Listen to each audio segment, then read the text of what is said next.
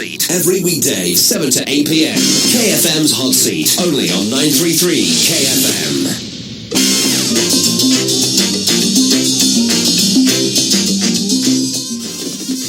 Hello, Uganda. Good evening and welcome to this edition of the Hot Seat on 933 KFM. I welcome you, our listeners across this beautiful land, the Pearl of Africa. My name is Patrick Kamara. My guest tonight, I should say, is a brave man. My guest tonight is a rabble-rouser. My guest tonight is a man with the gift of the gab. He's a man with a flowery language and a man of courage. I'm talking about the former Deputy Resident City Commissioner for Rubaga Division, Herbert Anderson Borora. Anderson, welcome to the show. Thank you, Kamara. Good evening to the listeners.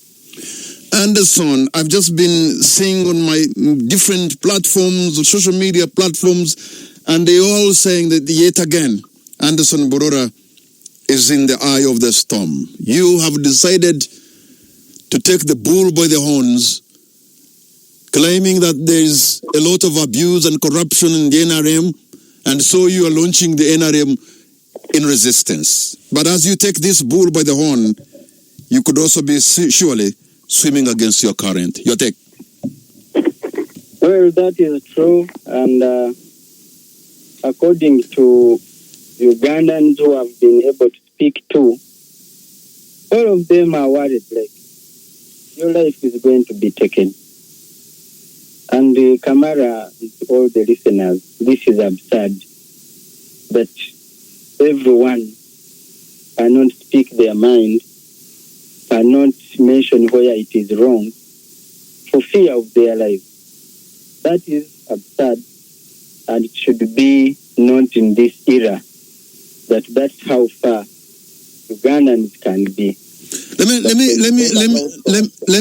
me paraphrase this question. I want to start in the general terms. Anderson Borora, what is your claim tonight against the NRM party, the party that you so much worked for and so much loved and so much toiled for?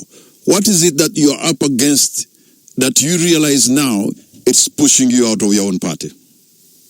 Actually, I am not running out of my party. I am just trying to raise my voice harder, to be understood and to be known, and also to be in the side of history that we resisted this. That's why we are NRM in resistance, to resist what is against the general public good, to resist abuse of power, to resist impunity, to resist corruption. Of recent, just as you had started earlier, it should be noted that the silence, because the opposition has done its part. The opposition has said this is wrong. The opposition has abused people who are corrupt. But at the end of the day, when the opposition speaks, it's as if they speak to their own, and they are not speaking to the country. And the president has lamented all the time, saying corruption, corruption, corruption. You have heard him say in his Easter message, he came up and said, we have created all of these structures to fight corruption. Why is it that now it is all going overboard amid all of these structures? And to me, my analysis, my take on this is that the silence of the members of the NRM is the reason as to why corruption has reached this far. Because whoever we talk about that is corrupt goes back to the party and is given a mandate. Why is it that the people, the members of the NRM that is in power, are not coming up straight to talk about corruption? And another problem I identified is that the party and the government, these two things are not distinguished. Why don't we distinguish the two? The party is there to hold government accountable. If Borora, a cadre, a member, a supporter of the NRM, I can be kicked out of government just because I talked about corruption. That shows you how far the impunity is. Okay, Anderson, in this discussion, and whoever is listening to you, when you raise the issue of corruption and you say the chairman of the party seems to be okay and he has put up the institutions to fight, and there are very many, you need to be super focused on who has eaten what and how much, and whether these institutions, accountability institutions of the state, have not done their part. Accountability, actually, I think you read part of our claim partially. One of the claims we are raising is that we have lost confidence in the institutions that are supposed to hold everyone accountable, most especially government. Ever since we had the claims in Parliament, the allegations in Parliament, where even it was raised that the Speaker traveled 146 times in a year. That is half a year. And where we have not seen her even get out, even for 2 weeks or even a month, it raises eyebrows. The IGG herself, who have paid, who is given all the resources, who has the money, you had her on a video without even remorse saying, I have a good car, it does not fill potholes.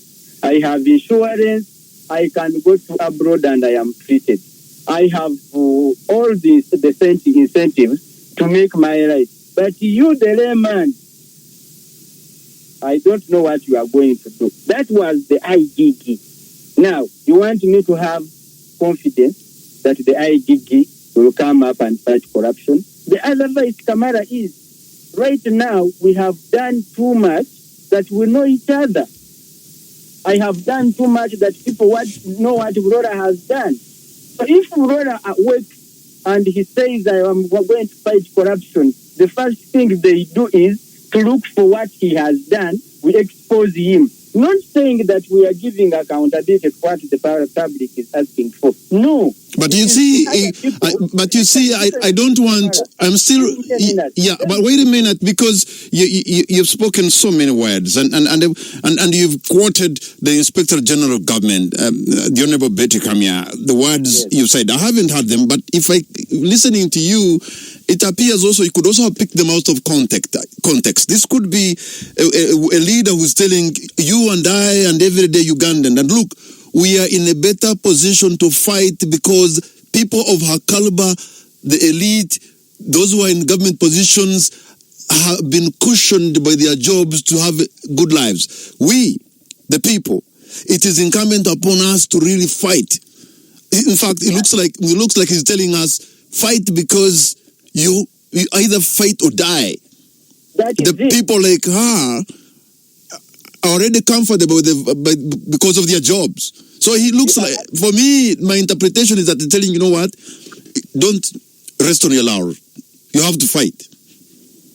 Actually, you are echoing the message of the NRM in resistance.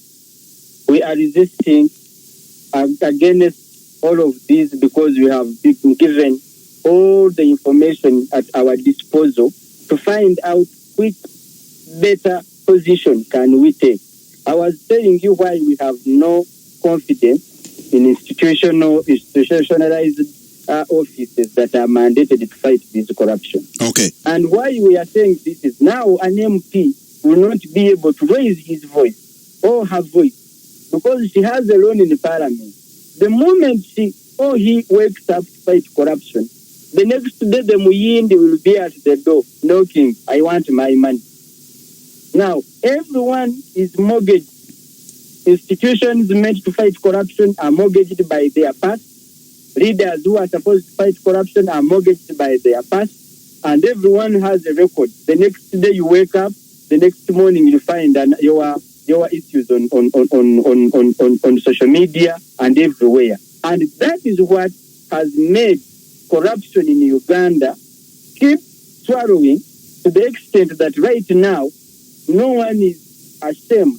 No one is willing to say that this is wrong because you have been wrong in the past. This trajectory must stop. Young people are running away from our party. They don't want to identify with the party. How will this party survive if young people are not willing to join it. If young people in all urban centers are going into opposition, if young people are now, even those who support, there are few of us who can come up in public and say, I identify with the party. But I don't know where you were. There has just been, it's some kind of a head count or a census or registration of the party members of the NRM. And when they are done with this activity, guess what? 18 million people have subscribed to the NRM. Now, this is a machine. This is a juggernaut that Anderson Burora can even not attempt to push, 18 million strong as an NRM juggernaut that you can't do anything to it. Let me tell you this. Kamara, I have been around and I can give you scenarios where you can maybe tell. In Busoga, we have NRM MPs who won and president. You know that? Could you repeat that, sir? There was a problem with the network. In Busoga, yes, there are NRM MPs who won and the president lost. Yeah, it's called democracy. Exactly. What is the problem? Here in Uganda, there are even where NRM MPs lost, but some places the president won. That is another thing. Here in Kampala, for example, I'll give you an example. We have where, for example, in Rubaga, where I have been, NRM has 13 councillors out of 94. And the majority of these are young people who are below 25. All of them cannot identify with the party. Majority of them, when you talk to them, they say, I am NRM, but in where I come from, I cannot stand in NRM. I cannot win. So are you saying the recent, count that was done by your party and the figures they gave out is all hogwash? No. Actually, what you need to know is that people who are even in error, they can still be members of the party. They identify with it. They can even vote for it, but they don't identify with corruption. And along the way, this corruption pushes them out of the way. There's no one who identifies. There's no one who's going to stand and identify with corruption. Exactly. And we all understand and agree that corruption at this moment, it's at its highest. It's at the But Anderson, I know you've just stated you have lost confidence in the institutions of government or even the institutions within the party. But at least you know that when these allegations, for example, of abuse of office and corruption came around, 2 ministers have lost their ministerial positions. They are battling cases in the courts of law. And so isn't that some kind of, action being taken by the political appointing authorities and also the institutions of government that cabinet ministers have actually even been taken to Luzera? This is the same government where a vice president was taken to Luzera. This is the same government where ministers were suspended, from parliament. Kamara, if I may ask you, has that stopped corruption? Well, we won't. Even when you are preaching against, even in Christianity, for the last 2,000 years, they have been preaching. They never stop. For 2,000 years, the message is the same. Thou shalt not kill. Thou shalt not commit adultery. It doesn't. You don't have to stop. That's why you have. But doesn't mean that it doesn't mean that Reverend Dr. Kazimba Mugalu, the bishop, should get out and get into resistance because the people are not taking the message. You have to stay within and fight from within.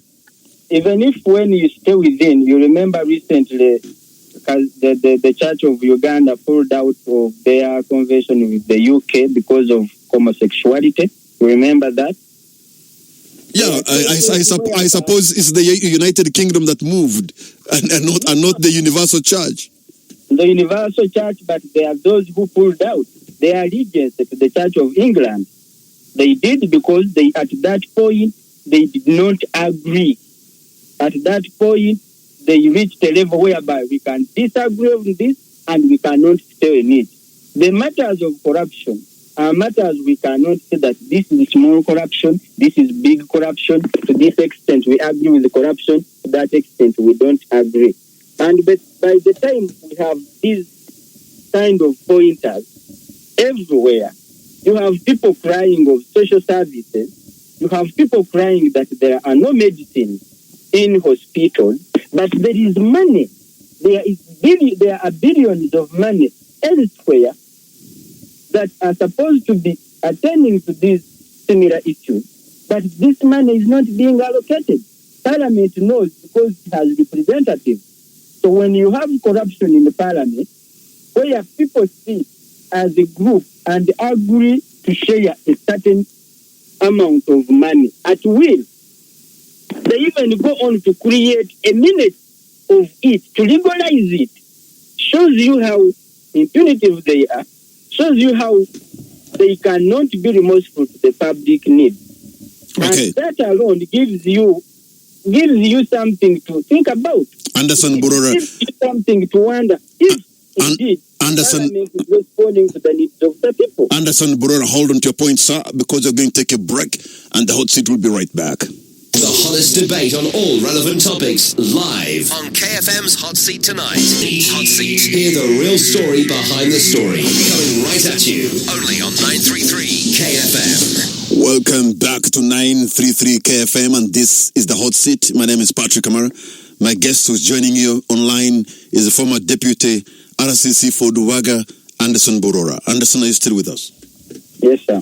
So, Anderson, well, you have started this NRM in resistance. You have stated your views, why you are doing this. You are frustrated because there's a lot of abuse and corruption in the party. This party, still, are you saying the door for discussion, for debate, for persuasion, for just talking, for dialogue is totally closed? Well, maybe this can spark that platform. Mm-hmm. You see, in the party we have different structures. We have the youth league that is represented in SEC. We have the elderly. We have all the special interest groups. We have regions. We have all these. The women's league all have structures where they are represented. But amid all of these challenges, even when you are going to talk about elections, you rarely have maybe more of a camp to discuss policy, to discuss challenges, to see how best we can better institutionalize the party, make it stronger, and maybe address issues emerging. It is rare. Maybe we can start that discussion at this particular moment, where we say, what do we do with corruption? When the caucus sits, the caucus majorly 80% of what they discuss is what affects them as MPs.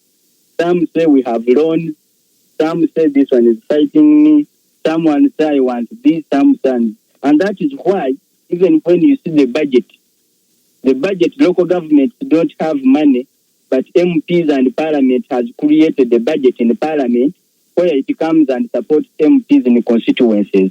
Part of it is the CSR, Corporate Social Responsibility Budget. How that comes, I don't know. But we cannot support local government to have stronger service delivery mechanisms, but we are creating incentives within from the budget for MPs to come and strengthen themselves in the constituencies. You have where that the MP or the minister is the one who is donating to a school, not his salary. No. A contribution they have set aside for themselves, either in the ministry or in the parliament. And that has killed service delivery channels. That when we are going, for example, in Soroti, to ask the local government, how many boreholes have you dug in this district? How many roads have you done? How many hospitals? All you see that the minister or the MP has done more work than the local government itself. This should be worrying us. How do we get popular in the public? How do we get masses joining us? How do we even start saying that? But Anderson, some of your colleagues listening to you now are wondering. You're talking about how do you get popular, but this is a party that has been elected, has been given a mandate by the people of Uganda to lead. In fact, this mandate has been running almost for 40 years.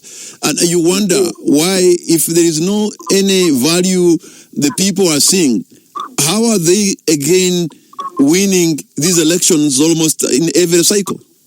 Yeah, you see, we have been getting elections in cycles. In 1996, in 2001 and 2006, we won Hyde in Buganda. We lost Hyde in the north and east. Why don't you ask yourself now that in Buganda we are finding it hard to even get half of the MPs, and we are winning in the north? This cycle is what we should be studying. Why are we getting now this cycle going around? If we have lost Uganda at the moment as NRM, doesn't it inform you that you need to study the mechanism that we might have the same reason and we lose the north? Why don't we study that now? Since it has been a cycle, can it be continuous and consistent? We are talking about consistency. Secondly, yeah, but you see, you have almost 80% NRM MPs in parliament. Yes, they have lost in Buganda, but that is also called democracy. And I'm sure Richard Todong and company are back on the drawing board trying to do a charm offensive in Buganda. There have been other mechanisms you have seen of the parish development model. Probably some of these efforts are going to win Buganda back. You have seen how the opposition themselves seem to be in total disarray. And so why don't you also believe, it appears you are chairman of the party, you actually even give him credit, he's doing a good job. If you at the top, you think the chairman is holding it well, then why don't you stay with that hope that things can be better tomorrow? I think, Kamara, you are misunderstanding or maybe trying to create a diversion. There are so many things that this government is doing. But it is very easy that you can do 100 things and only one thing spoils it. And the only thing that can spoil all we have done, the only thing that can discredit the integrity and the legacy of President Museveni can be corruption. Corruption is a very big thing that in the 10-point program, it is a single program. It is a single point, number 7. It was not bandwagon with anything. It was singularly pointed out as a very serious and critical issue to address. You can have all of these things going, but they can be solved by corruption. But let's face it, majorly who is holding the money? Because in most cases, in all the government programs, really, a politician rarely handles money. The money is handled by technical people. And if you have a problem with the leaders, you should also know that that corruption has permeated into the social fabric, the national fabric, and the people are handling money, in most cases, are actually even not elected leaders. Are they? Yeah, that is the point. But in the case that the technocrats are giving the money directly to the politicians, how do you address that? There is where, like in the case of Kazinda, remember the case of Kazinda? This similar case that happened in the OPM is the similar case that is happening in the parliament. But in the case of Kazinda took man as an individual and technocrat. But the case we are addressing, for example, in parliament, the difference is the technocrat gets money and gives it to the head of parliament, who is a politician. And how do you now start saying that you go for the one who gave and you leave the receiver? In this case where the receiver is the one who is doing the oversight role on the giver. So that is where now we need to address that if politicians have started now directly to creating for themselves the packages that are outside the law. That's where it goes overboard. So this one man army of General Anderson. What will it do? This one man army, with all respect. I don't think it's one man army, and if you are taking it that way, I guess you are wrong. And I am saying it's just a matter of time. All of these discussions will come out, and I am thinking now people are getting confident that you can talk about corruption and live a day, and live another day, and live another month. Before, it has been that if you talk about corruption, yes, you can lose the job, and you can also lose a life. It's okay. But now that it's a month, taking another month, people are getting hope that you can live another day. More people are coming up to speak. Before, whoever spoke has been arrested, has been threatened. And now there is that resistance that you can threaten someone and they keep resisting. And now numbers are more. How many are you going to take out of action? In one of the videos, Anderson, your video that is circulating on social media, you make a statement and say the people who are corrupt are actually very few. They are the ones who are corrupt. The masses of the NRM, according to your video, are good men and good women. Why don't you just ignore these few who are giving you a bad name, wait for them at the right time, which is very near, in the election cycle, and discard them? Yeah, that's why we are creating awareness. That in the election cycle we are coming in. That's why we are creating awareness within the party. That in the cycle coming, if the institutions mandated to do oversight have failed, let us do our part. Let's deal away with these people. Let's decampaign them. Let everyone know who they are. Because in the past they have been hiding all of these things under the carpet. And not everyone can reach it to open it or even uncover it. But right now we are creating this awareness that you can run away from the accountability institutions, but you not run away from the public. And the public should know that actually, if they elect leaders who are not responsible enough, it is them who lose. It is them who don't get the services they deserve. And they have evidently seen that these leaders individually, they have amassed wealth. They have amassed wealth. They have built passions. They have built big projects. Yet they are not known businessmen. And this is opening their minds to know that this person left us 5 or 10 years ago in this state. This is the state he's in. If we can accrue all the monies they earn, is it possible for them to have amassed all of this wealth? Then they will be inquisitive to know that maybe something is wrong. Maybe money that could have built a school for children who are traveling 10 kilometers, 15 kilometers, is eaten by this person. Maybe our money is in that mansion. Maybe our money is in those buildings and properties they have acquired because they have run away from the law. Now let us sensitize the public to know how else can you detect a corrupt person? How else can you trap and follow up a leader who is not honest? How come that we have very few projects running in our areas, but we have very many projects running for individuals? Okay. These are some of the eye-openers we are trying to put up. And this is the advocacy. This is the resistance we are trying to put across. Anderson. And I am very sure it is seeking the attention it deserves. Anderson, hold on to your point there because you're going to take a break and the hot seat will be right back. KFM's Hot Seat. It's hot, it's live, provocative, and digs deep into the issues. Debate on all relevant topics live on KFM's Hot Seat tonight. KFM's Hot Seat covers all the relevant topics every weekday, 7 to 8 p.m. Welcome back to 933 KFM, and this is the Hot Seat.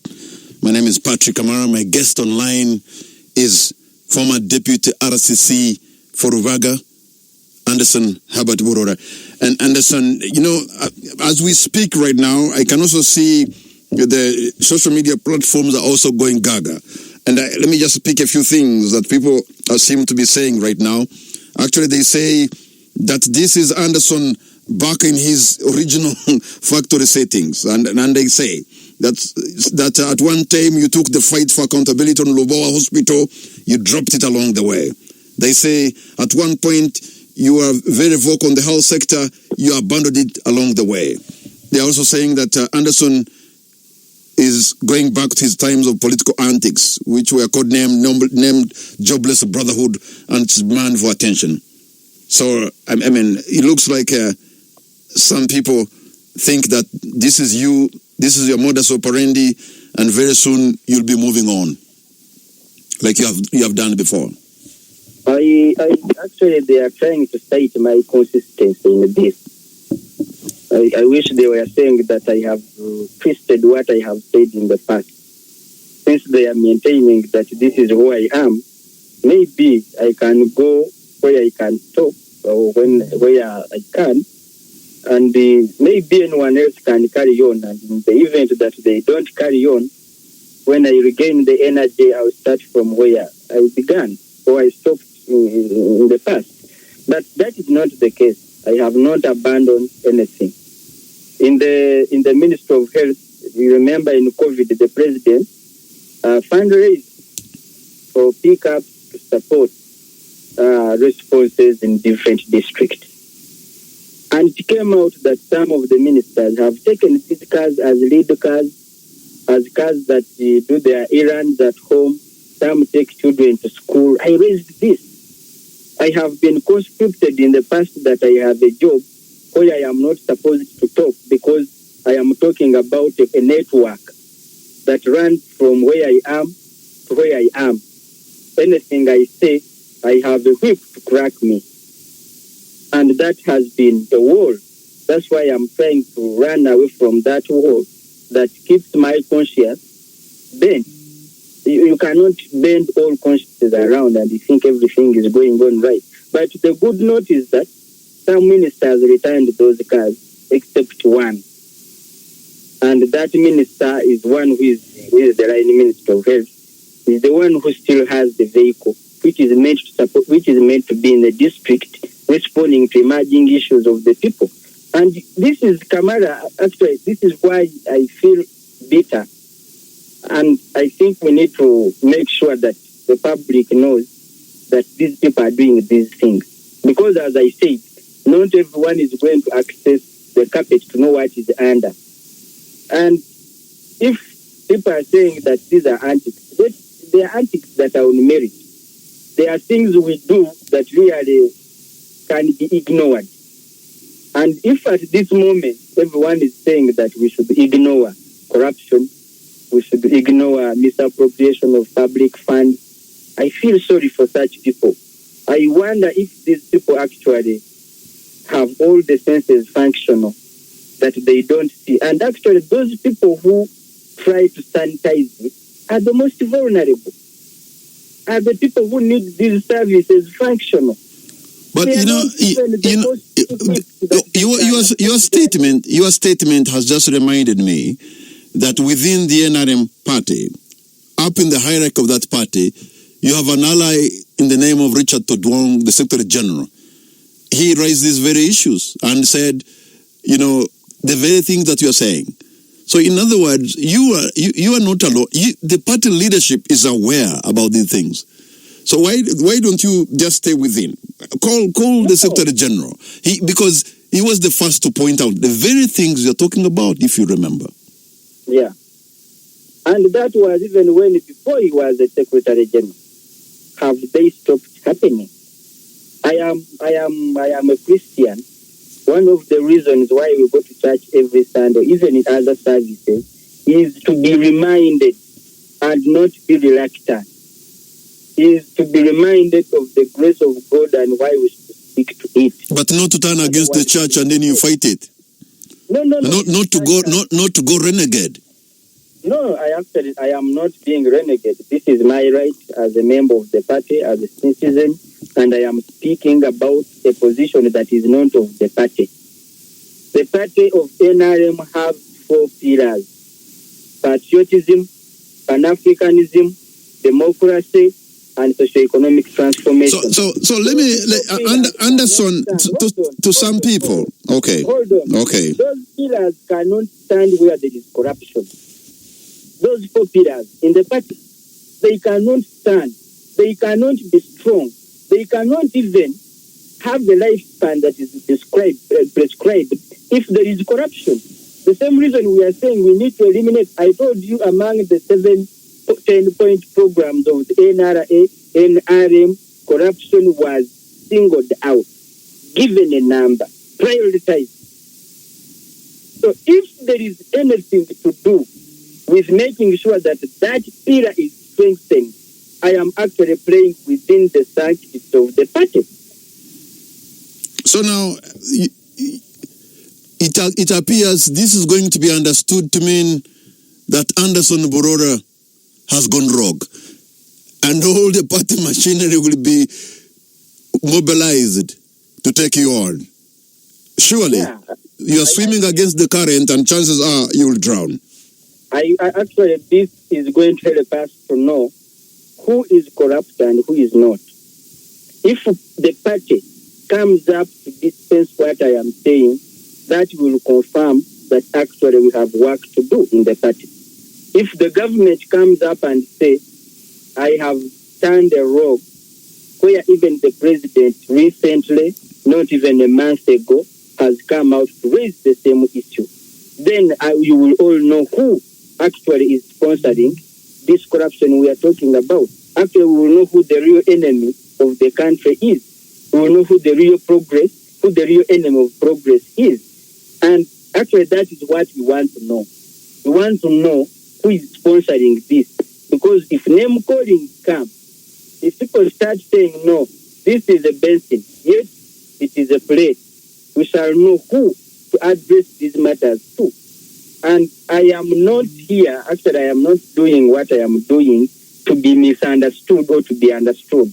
I want to be known, I want to be clear that the party we support, the patriotism we have been taught over time, even before, when we were in the youth league, when we were in the youth council, when we joined the party, the patriotism we are taught, the political education, development classes we attended, they all abused the corruption.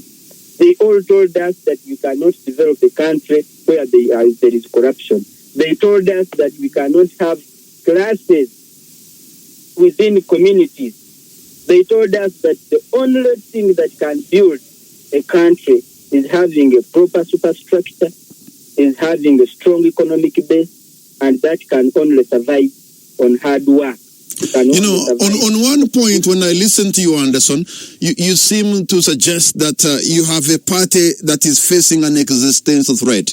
In fact, if this was a ship on the waters, it's a ship that is likely to go under. Why don't you disembark totally before you actually go down with it? Because it looks like your projection is it is going down.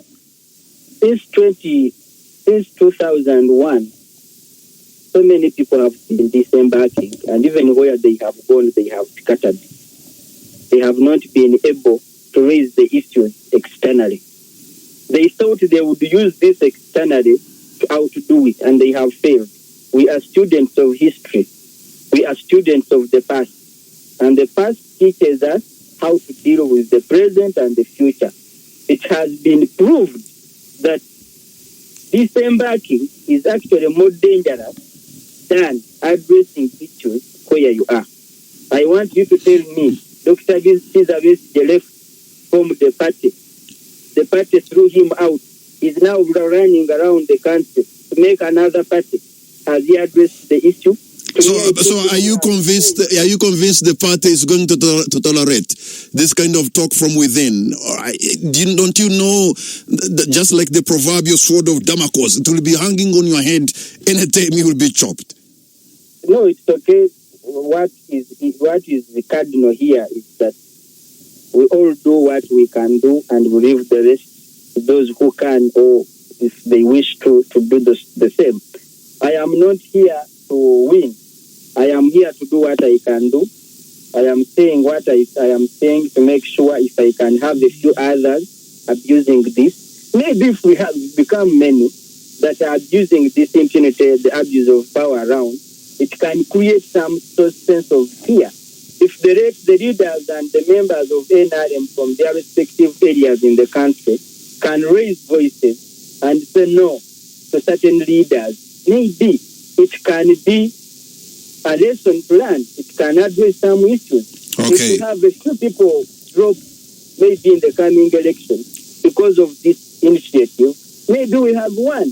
We Anderson. can totally achieve 100%. Anderson, but we can achieve a certain percentage. Anderson Burora, I want to thank you so much for the time you have given us, for the submission you have made, and also for the courage of your heart. But what's going to be your concluding remark? Because after this, the last 10 minutes, we want to take this to the people so we get to know what they are thinking about you and the move you have taken. Your parting shot.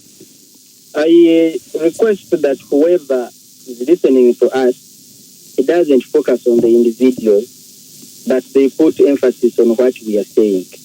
In their hearts of hearts, it should think within them. You may not like Aurora, you may not even be my friend, we may even never be a friend, you may not even have met me, we may even never meet in life, but you can hear me.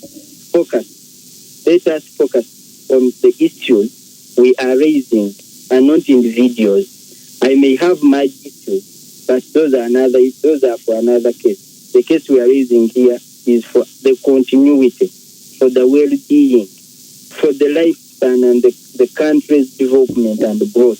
It can only be if we focus on issues and not individuals. Anderson Burora, former Deputy RCC for Ruvaga Division, I want to thank you so much for your time.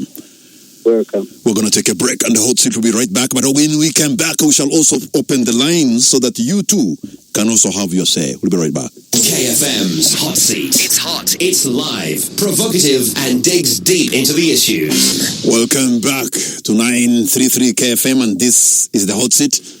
My name is Patrick Amar. You've heard from Anderson Burora, former Deputy RCC for Ruvaga Division, a man who's always in the eye of the storm with a lot of controversies, and he claims he's fighting for you. He claims he's seen a lot of ills in the NRM party and he's pointing them out, and that's why we have started what he has called the NRM in resistance. And you have been giving some issues and comments about this man. You think that his modus operandi is always starting something and leaving it, and that maybe this is another thing that is headed for nowhere. So this is the moment when you have to have your say.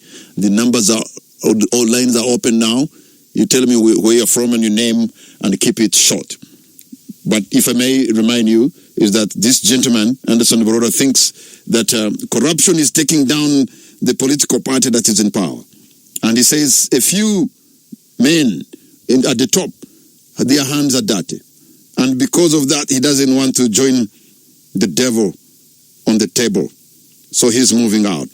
To say this is doing it so that he can be able to reclaim what he thinks was the glorious past of the party. But what do you think, you, the people? Now I have a call online. Hello.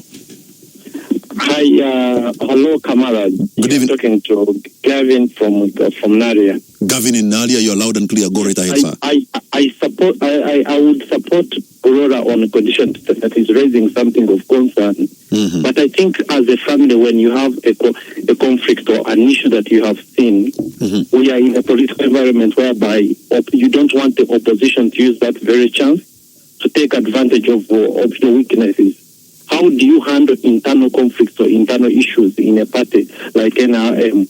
Burora, you might have a point, but attacking the key leaders in the party, much as they are wrong, how do you address the issues? Is it going into the media? Is it going into the public so that you can show the world how bad they are? If someone has done a mistake, even if it's your father or your brother or your sister, how do you address the issues? I think the problem, Burora, is that he has a point, but I think addressing matters of concerns as an NRM person is where he is having an issue, and where I'm having an issue as well. He's not addressing issues the way they are supposed to be addressed. Okay. I think he needs to put that in order. Thank you. Thank you, Gavin, our caller there from Nadia. Thank you very much. In fact, there is even a message that has come from the former member of parliament for Bulisa. Hello. Hello, Bwana Kamara. So, yes, you're live on air. Go right ahead, sir. What's your name and where are you calling from? Thank you very much for the wonderful presentation, sir. You're welcome. Yes, this is Dororo. Okay. I first of all want to commend Bwana Brora for joining me. Oh. I've always called myself in some levels of shaping ideology Okay. as a realist. I want to thank him so much for joining me because he's now becoming a realist. You know, that is a simple definition of Bwana Brora. He's now a real person who feels for the party, who wants to speak the truth, who wants to join a small group like us who are speaking out truth to defend the party. Okay. Thank you very much. That's caller from Tororo. He says he's been in the fight for quite some time. I have another call online. Hello. Hello. Yes, sir. What's your name? I'm called John. John, where are you calling from? I'm calling you from Bunga. All right. Go right ahead, Sir John. Actually, it is good that he is pointing out the mess. Okay. That is the honest of a man. That is a sign that somebody loves. So it's better to tell the emperor if the emperor is naked. It's better to tell them he's naked. Obviously, when you keep quiet over something, that person will get ashamed somewhere. But when you're open to somebody, that is it shows that you love the person and you are pointing out. And the person who is keen enough to recognize will say that he's a person who truly loves me and will try to organize himself. But if the person continues, then that is it. It's already a disease. Okay, thank you very much, John. Okay, and my producer is telling me quite a number of you guys would want to participate. But let me first read a message from the Honorable Stephen Bidahwa Mukitale Adieri, former MP for Bulisa County. He says, I should tell the RCC Burora to compare notes and take lessons to advocate for national dialogue. Otherwise, he will be held hostage by what he calls criminals. I have another call online. Hello. Okay, so I suppose Mr. Burora is listening to this because quite a number of you. Yes, we have another call online. Hello. Yes, Pedro Kamara. What's your name, sir? This is Alonzi Godwell. Okay, go right ahead, sir. Yeah, I appreciate Burora. But what I wanted to know, is he part of NRM or is that a part of these people, NRM rebel? Wants to be like to join NRM rebel MP. Well, I had to put it to him that he looks like the man was moved away. He's saying he's so much still within, and that is not. If he's within, is he going to be in politics? That's a question he should be able to that's the challenge he's going to meet. Yes, I have another call online. Hello. Good evening, Patrick. Good evening. Who is this I'm talking to, and where are you calling from? You're talking to your man. Okay, my man. Ekode Michael. Michael, Ekode, from Sweta. Yes, sir. Definitely. Go right ahead, sir. Patrick, first of all, I recommend also Omar Burora. He has a point. That's a point, actually. But we are in a government where the message of just read for us from the former MP Mukitare. Yes. For sure, in a few days from now, it cannot be surprised when he head hostage. Because his points are valid. And for us who are seeing what's happening in the country, it's true, we need people to come out and speak. To tell the NRM what's happening in their party. Okay. But I'm worried. You're worried before him, eh? I'm worried for him, definitely. And I'll not be surprised when the party come back to tell us that our brother is the history because of speaking the truth. So you think he should even identify in advance what color of the drone? And that's because now he has come, I'm not letting him just tell us what's happening. And also, lastly, I want to ask the RSS, the former RSS, what was his agenda? Because I saw the pictures, they are saying that his agenda has focused on the parliament, and specifically the speaker, current speaker. Is this the agenda he's advocating for? Because I want to ask him that, because I saw the pictures, and even the media, the address he made today, it was like his t-shirts were pinning the current speaker. So I wanted to understand his message clearly. Is it about the speaker? I don't know what's about the speaker. But I remember back in the day when he was having all these tweets on X and There's a leader. He was no longer even calling that leader honorable. He was calling that leader dishonorable Atuta Tuba. Exactly. That's what I'm saying. This person, all the severe with the agenda is like he was doing the brotherhood. I think something was like that before he joined the government. Okay. Anyway, that's the bed he has laid. He will be able to lay in it, and that's the music is going to face. But I think you are using experience and precedent that whenever you do something like that, some people have tried to swim against the current and they drown. Others, they have stories to tell that are not very nice. So we don't know what kind of story Anderson Borora will tell across the other side. Yeah. Hello. Yes, Patrick. Your name? Where are you calling from? Peter calling from Kenya. Okay, Peter, in my hometown. Peter, the problem with you, actually, you always wanted to ask people whom you always post on that KFM every day. You don't give us space to ask people. Okay. So I only thought this guy, let him proceed. We have given you a platform, my friend, my brother from Kenjojo, so there should be no complaint. There you are. Speak, say your mind. That's why we say this is your moment for you to have your say. We have another call online. Hello. Yes, good evening, Kamas. Good evening, sir. What's your name and where are you calling from? This is Mayombo calling from Tororo. Mayombo in Tororo. Yes, sir. I'm happy to hear a Mayombo in Tororo. Yeah. So I'm also supporting that gentleman. Yeah. We continue with the struggle. Struggle continue. We will succeed in front there. Thank you. This man is called Mayombo. Guys, do you remember it is 17 years today, I think, since that man, Brigadier Nobo Mayombo, left the world. Kind of getting emotional on that. So let me take another call online. Hello? Okay, so you've had him, Peter Anderson Borora, expressing himself, saying the party that he has contributed for which he has been deputy RCC, he's now turning the guns on his own party. And he say he just wants to save it because it is facing an existential threat. He doesn't want to sit by and watch and let it happen. And sometimes they say the bad or the worst characters of the world are not only those who kill or maim or do all the funny things, but also those who decide to stand by and watch and let it happen. And he's not going to stand by and watch. I want to thank you, all of you, for having been such a very good audience, for having participated. I understand I have just one more caller online. I can take just one more caller. Hello? Hello? Okay. Anderson Borora, you have had, he has fired the first bullet. And we shall be following that story up to its logical conclusion because that's our job. And as time goes by, we shall be giving you the opportunity to always have your say. And because you should. But whenever we're doing this kind of discussion, always remember to do it with respect, even when you disagree.